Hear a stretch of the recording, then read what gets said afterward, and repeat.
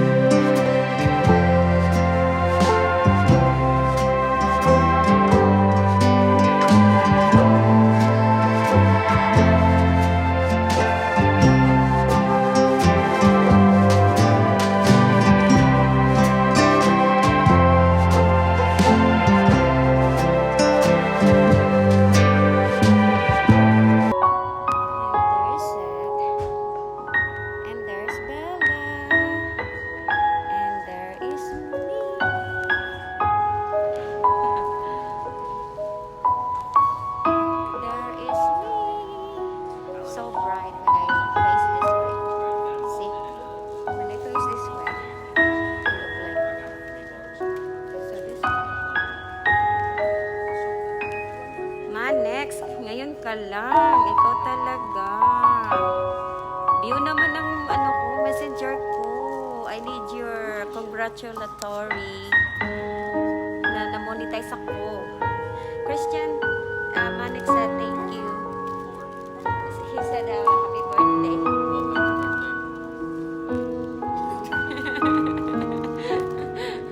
There's Alexander. There's Bella. There's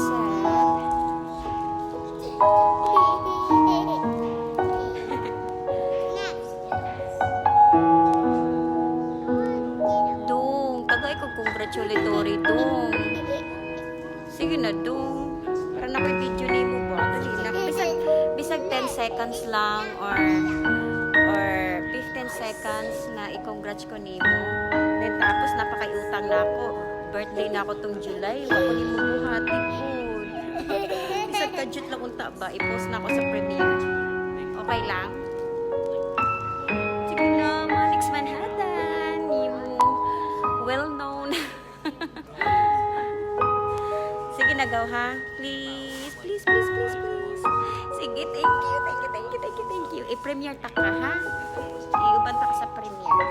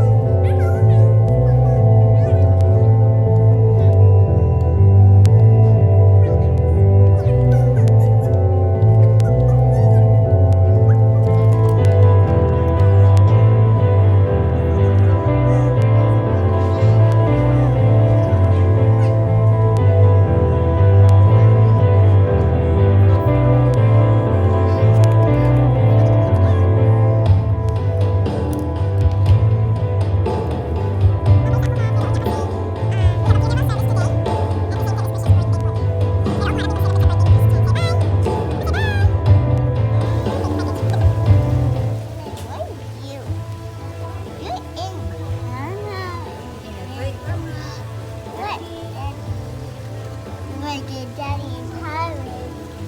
And there's grandpa. And Granny and Grandpa. And there's great grandpa. And my dad, who I gave him present.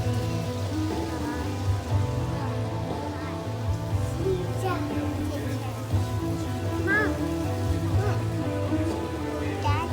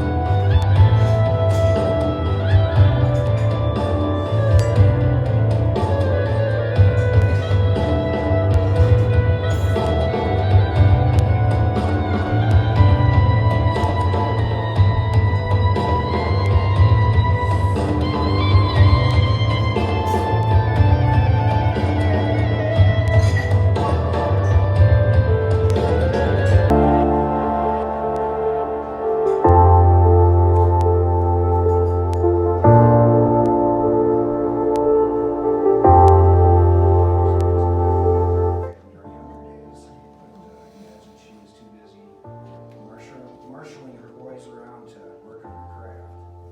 But by the time I was out of college, she was quite accomplished. As we were cleaning out the house, it's simply incredible how many cookbooks and magazines she had accumulated. Certainly hundreds and maybe over 1,000. Every assortment of cooking and serving tools. So I can't name one I haven't found, but I haven't seen a block yet, but I'm sure she did have a block. She passed that passion of cooking on her sons, and it was a great time for us to bond. When I was probably 13, Mom took 2 classes that were pretty great for me. First was sewing stretch fabric, and the other was a cake decorating class. Cake decorating class nearly needs no explanation. She got great recipes for the cakes themselves, as well as an absolutely heavenly recipe for a cake frost. She would make frosty roses, intricate borders, and all sorts of themed cakes. One shaped like a lamb steps up in my memory. So we were all pretty pleased with how she went and practiced her cake abilities. And then there was the stretch fabric class. I was lucky to sit in the stretch ski pants, jackets, dozens of polyester shirts, and an occasional Halloween costume. This was another skill that stuck with me, mostly for making Halloween costumes, but I have made other practical garments as well. So I've only been in one kind of fist fight in my life, and it was with my dear friend Matt Triangelo, who's in the audience today. We were about 13, 14, and I had no idea what it was about. I really only kind of got into the pose like boxers would do, and maybe 1 or 2 punches and been thrown, but somehow out of nowhere, there was Mom. She was 2 yards over up the street, but somehow her mom radar picked up a disturbance in the universe. She came over and grabbed me and told me that that day wasn't going to be the day I was going to be fighting because I had just got a tetanus-shot booster. And I think she knew. My dad was an avid hunter in his younger days. Elk, deer, ducks, pheasants, gophers, pretty much anything he could get shooting. He told the story that Mom used to go with him on these hunter trips when they were baby. She would walk the woods or the plains with him with an unloaded gun. That lasted up until they were married, and she just stopped going. About the time I started dating my wife, Sandra, I had bought a 16-foot fiberglass boat. It was a runabout, it was cherry red, and used to refer to it as a Florida Fairlane. When I first got the boat, the fiberglass was still someplace that was pink. It was a rubbing compound, and we put in elbow grease. We brought it back to the beautiful cherry red. I had been covering my boat above the yard with a plastic tarp bungee cords. And as it turned out, this was not an aerodynamics design meant for highway travel.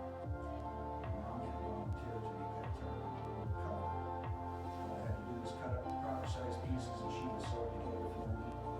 And those who knew Dorothy Holland knew she was not one to be caught. So surprised as everyone else when she told me she wasn't going to get burned on her sewing machine. A few wet towel rolls before it became a real work. Along with rewiring and putting a cassette deck and picking up some other boat gear, it was time Dorothy Holland got her boat ride. And I'm pretty sure she didn't really want a boat ride.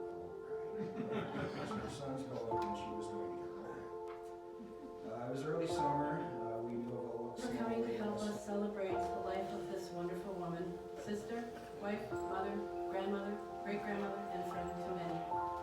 For those of you who don't know me, I'm Dale's wife, Dorothy's daughter-in-law, Linda. I met the Holland family in 1969 as the first interloper, if you will. I'm proud to say I've been blessed to be part of Dorothy's family for over 50 years. Constance Dorothy Holland, nee Larson, age 93, longtime resident of Edina, passed away on January 30th, 2020, after suffering a massive stroke at home. I last saw Mom on the Wednesday before her stroke.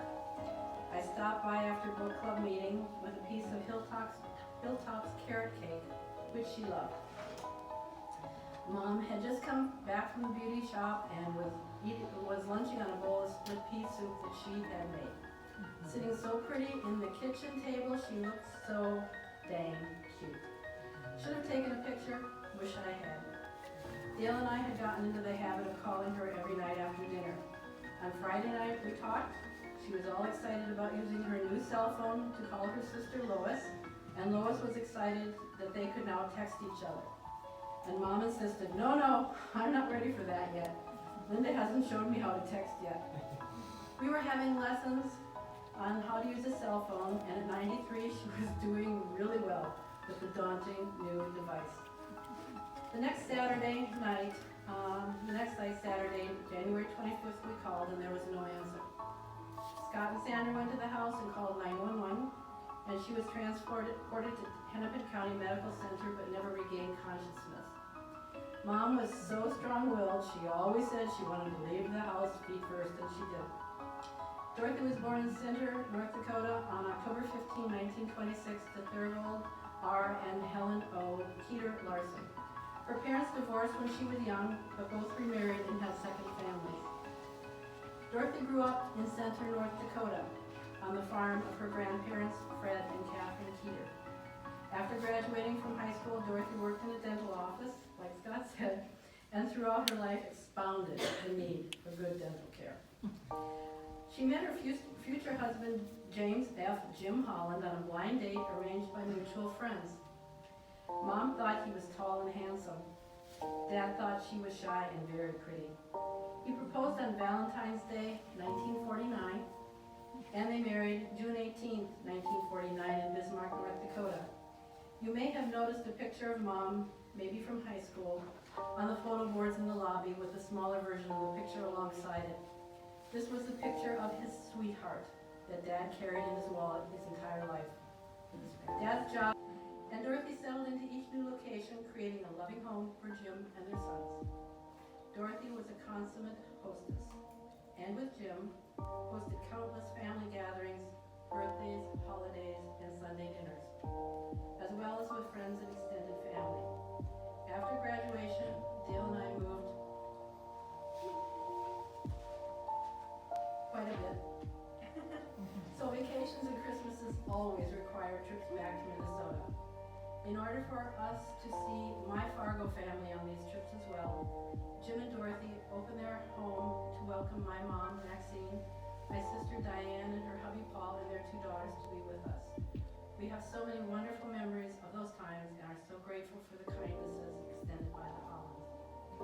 Mom was a wonderful cook, at least when I knew her. But she loved to bake, and bake she did. There were wonderful breads, cookies, bars, torts, especially her famous rhubarb tort, although she always would grumble if the meringue on top wept a bit. And pies, OMG. If you had ever had the pleasure of eating her fresh strawberry pie, you understand. And cookies, especially at Christmas. There were cookies galore, and she always made everyone's favorites. And Dorothy also enjoyed sewing. Like Scott said, in the 70s, the entire family sported shirts she made, custom made. And she loved to crochet. From simple kitchen towels to wonderful afghans. And she did beautiful work. For those of you joining us at the reception today, you'll have some of her handiwork that we found as we cleaned out the house. Most made and waiting for an opportunity to send off as gifts. We hope you take something home with you to enjoy the remembrance of her. Jim and Dorothy's passion of life was their sons, daughter-in-laws, grandchildren, great-grandchildren. They loved them all dearly, providing unwavering love, guidance, and support as only loving parents can provide. Preceded in death by her loving husband of 69 years, who was basically 3 months short of 70 years. Son Paul, grandparents and step-parents Helen and Gerald Thurgold and Lucille Larson, 3 sisters and a brother and their spouses. Survived by sons Dale, Jan Hansen, Scott and Sandra in Minneapolis, daughter-in-law Denise in Tempe, Arizona, who was not able to join us today. Daughter-in-law, granddaughter Alexandra or Lexi, grandson Seth and his wife Marnelli, and the great-grandchildren Christian, Alexander, and Bella. And sisters Lois, Claude, Benbeek, Adeline, and Phoebe and her husband Ted, Caroline Schwartz, and many nieces, nephews, and many, many family friends. Due to COVID-19 restriction, the celebration of Dorothy's life. The cat who just kind of tried to claw his way back to her house. But she was the sweetest person I've ever known on the block. Whenever me and Liam tried to make bake sales or lemonade or something, we would always give her, we would give it to her for free. Because she would always ask for it. I was so sad when she died. But she was the greatest person that I knew. So. Especially after such great speakers. But Grandma was the glue that kind of held the family together. She had a grace about her that it was never prideful. It was never misunderstood. It was always pretty directful. She had a true grit about her that you could tell that she was a very strong person, and you always want to stay on Grandma's good side. I remember a couple of years back when my father was passing, she had came out to visit right before his passing, and we had his bed in the living room so that he could watch TV and be comfortable. And at one point she was passing by the bed. I was a little scared because she had tripped just a little bit, and instinctively my hands came out to catch her if she ended up tripping. And with all the fire she could muster, she looked at me dead in the eyes and said, "I'm not going to trip." And that was characteristic of Grandma. You know, she always was putting everybody else's well-being in front of her own. Whether it came to the great parties that she always hosted, the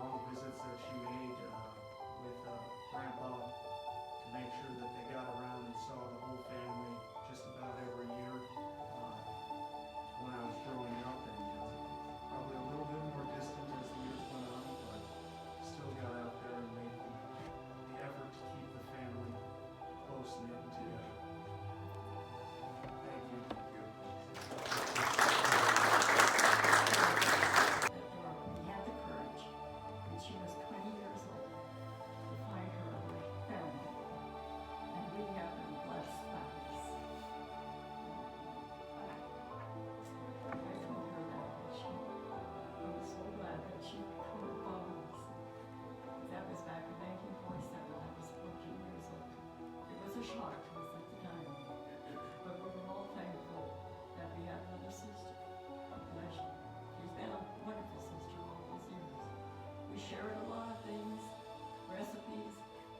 In fact, I'm still making the cake recipe she gave me back in 55, I think it was, 56, something like that. And I just enjoyed, and I enjoyed having the rest of the family. And I hope you keep in contact with us, always. This is my youngest daughter. I'm actually the youngest grandchild of the Larson family, and I was the lucky recipient to live here since 1990. So I had the opportunity, along with my husband and family, to really get to know Jim and Dorothy. My kids called her Aunt Dot. They loved her. I asked them some of their favorite memories of her, and it was obviously her treats, her cookies, taking them out to eat, coming to some of their sporting events. But the one thing that they all said was just her ability to talk to them, care about them, very generous, just always was interested in what they were doing. And her and Jim both always took time to have meaningful conversations with my kids. And what a great example both of them were for what a loving, wholesome family should be like. And so I'm very thankful I had the opportunity to get to know her as well as I did.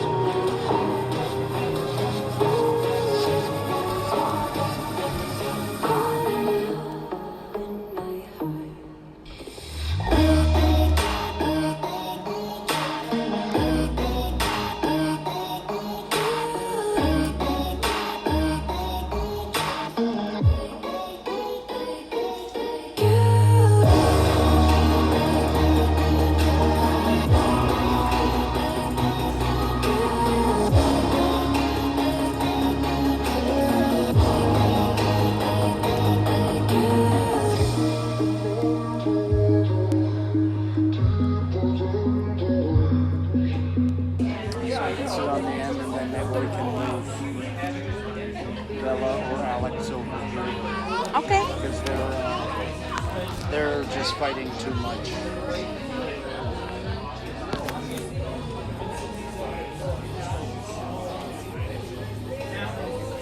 Hey guys.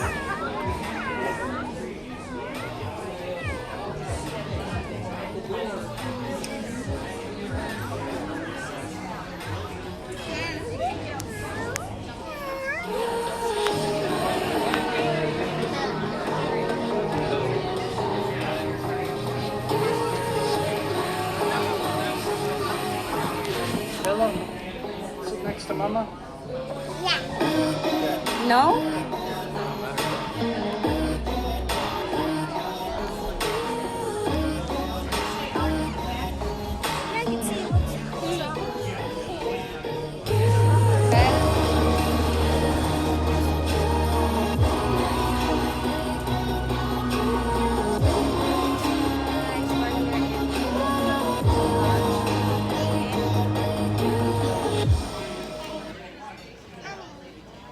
It's okay, baby girl. Alright, thank you. Just stay over there so that I can see you. There you go. And there's my husband. Yes. I'm just gonna go quick like, okay? There they are.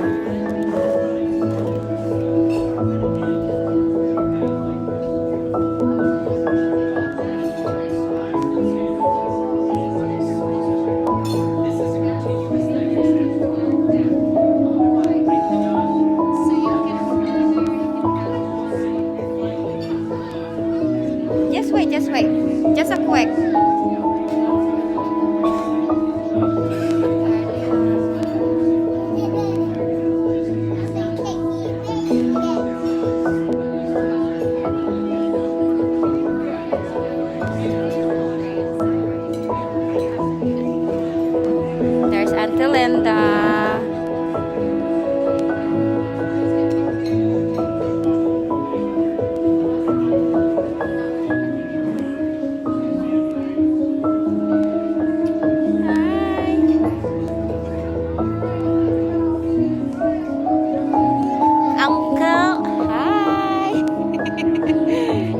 it.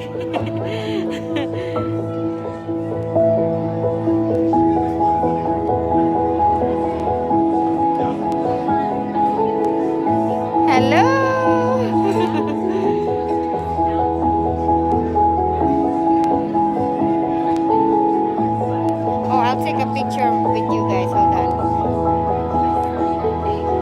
Okay. There's me. Hi, girl.